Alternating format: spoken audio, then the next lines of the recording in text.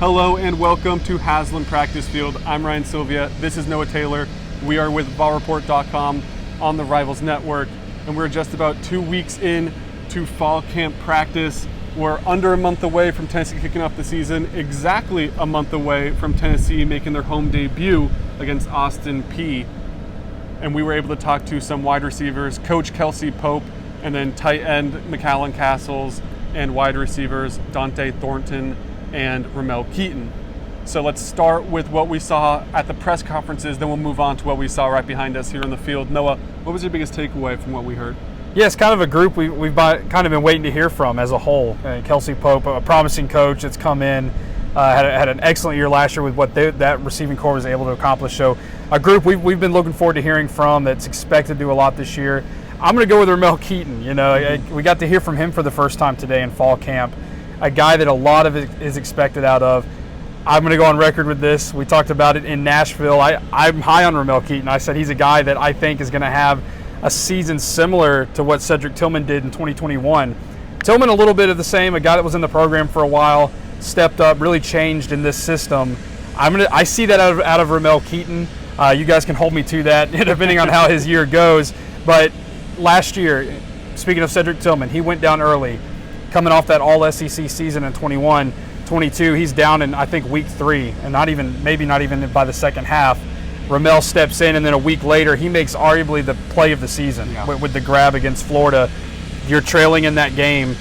You go there, you score before halftime. That drive is kept alive because of a really amazing catch by him, and you're kind of expecting that out of him this year, but now you're not turning to him to come off the sideline and do it. You're looking for him to make plays like that throughout the game. Kelsey Pope talked about his growth over the last year since he stepped in. A lot of it's been about being a better teammate.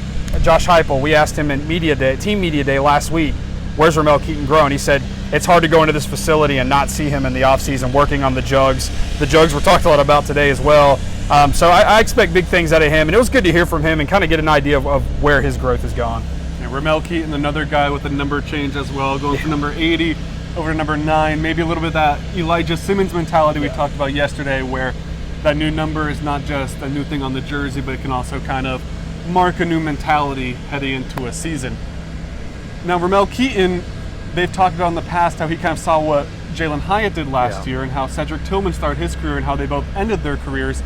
Well, a guy that's also looked towards those guys who have set the example, who have kind of carved out a path and laid the blueprint for future receivers in the program is Dante Thornton, who's looking at what Jalen Hyatt did last year and sees that in himself. He talked about how it's tough to not see the Blittenkoff winner at the position you play and not want to go to that school and try to emulate it. He said the coaches were big on that when recruiting him to come over from Oregon, that it was, hey, you can fit into this role and this can be what you can do for this offense and you can have a similar season. And obviously we've seen the clips, we've heard the rumors from training camp with the Giants, and it looks like Jalen Hyatt is translating his college success very well to the pro level so far as he sets up for his rookie year. But now let's talk about the actual practice on the field. Now, I know you spent a little bit of time with the linebackers today. What'd you think? Yeah, we watched a lot of quarterbacks today. I thought I'd get a little bit of defense, and we've heard a lot about Arian Carter. I mean, that we talked about him already on post-game, post-practice wrap-ups, and we've talked about just kind of what a big recruiting haul he was for this class, and he's definitely kind of been as advertised from what it sounds like. Saw him today, big physical guy, just kind of kept my eye on him and going through some basic drills, but you see the speed, you see the quickness, you see exactly what the coaches are talking about. The coaches over there, when he was working with Brian Jean-Marie today, very complimentary of what he was doing. And today, McAllen Castles, a tight end we got to talk to, a tight end transfer, spoke to the media and was asked, who's a freshman that stood out to you?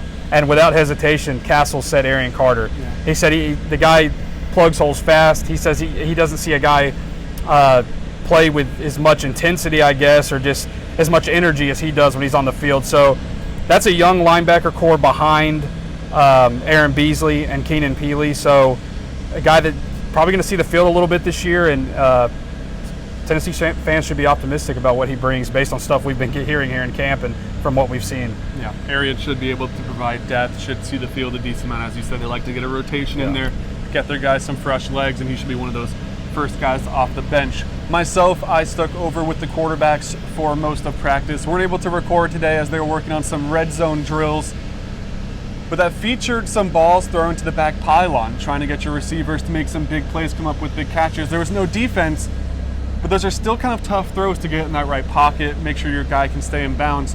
Joe Milton looked really good again on those throws. 2 at the end stood out. First one came to Squirrel White, put it on the money. Just a couple reps later, threw the very similar ball in a very similar, very accurate way to Jacob Warren. Both of them complete. So like I said, no defense, take it with a grain of salt. It's gonna be different in an actual game, but that's a throw that I feel like Joe maybe doesn't make 2 years ago when he first got that starting job at Tennessee, and a throw that they're gonna need him to make going forward if Tennessee wants to kind of repeat as a double-digit type of win team this year. And it's practice, we only see so much, you wanna emphasize that, but Joe's looked really good, and that was another example of him being on the money. So that should give some optimism to Tennessee fans going forward this year, as Joe Milton, another guy like Ramel Keaton, trying to take advantage of his last year of eligibility and kind of maybe turn some heads in the NFL world and maybe get drafted in this upcoming year. That'll do it from us here today. We will be back tomorrow as Tennessee holds a scrimmage. It's close to the media, but we'll be talking with Josh Heupel afterwards to get the scoop on everything, tell you guys exactly what happened, who stood out, and anything Josh Heupel wants to reveal to us. So make sure you come back to this YouTube channel tomorrow. We'll have another recap on that. And head over to VolReport.com for all of our written content. We have a lot of stuff coming out. We just dropped our takeaways and our notebook. Noah's got a story on Ramel Keaton coming out that should be really interesting. So head over and read that. And grab yourself a subscription while you're at it and come join the discussion over on the Rocky Top Forum. It's clearly football season because everyone is pumped up in that forum, and it's been fun to talk about this upcoming season. But that'll do it all from us. Thank you for watching.